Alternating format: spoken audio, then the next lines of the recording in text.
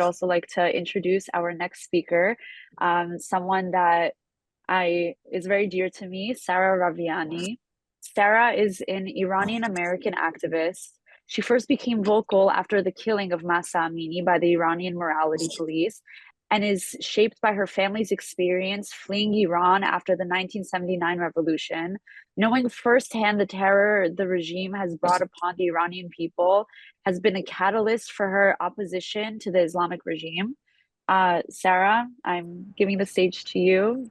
It's so nice to see you today. Thank you for joining us. So nice to see you. Thank you so much for having me. This is a really important conversation, and it's one that's very near and dear to my heart. I believe oftentimes human rights become an afterthought in a lot of these conversations, but what people fail to realize is the people of the Middle East just want peace. They just want to live, men, women alike, and especially this young generation that is growing up not only in Iran, but I see it in Iraq, in Syria, in Israel.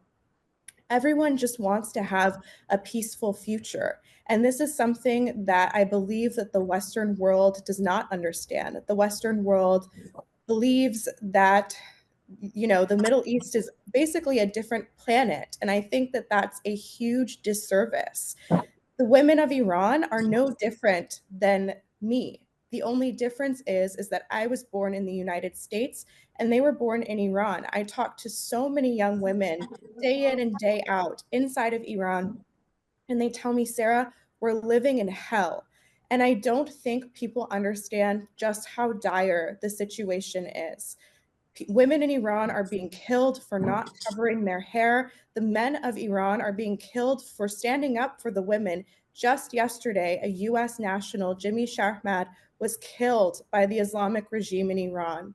And it's so tragic because this pain is so far reaching. His daughter advocated for years for her father's return. And instead of listening, it fell on deaf ears and it could have been avoided. There was a hostage deal that took place in 2023, and the only hostage in Iran with its looming death sentence over his head was killed and left behind by our administration. Our government left him behind.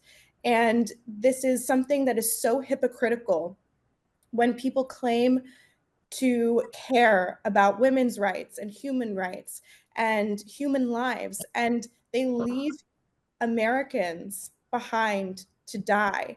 And this affects all of us. This affects everyone. And I want people to understand that the people of Iran are so different than the regime. Like I said earlier, human rights oftentimes become an afterthought, but we don't drive home the point enough that the Iranian people are not the regime that occupies them. And in fact, they are so different. Like I just said, the youth of Iran are exactly like me. There's no difference between me and those kids that are living inside of Iran. All they want is a future of freedom and peace. They don't want to be a part of the regime's war of terror across the entire Middle East. They want to grow up and live good lives, but they have no futures because of what this regime has done. And that's the biggest tragedy. And I think that if you claim to care about human rights and women's rights, then it starts with also caring about the people of the Middle East and understanding that they want peace and prosperity just like the rest of us.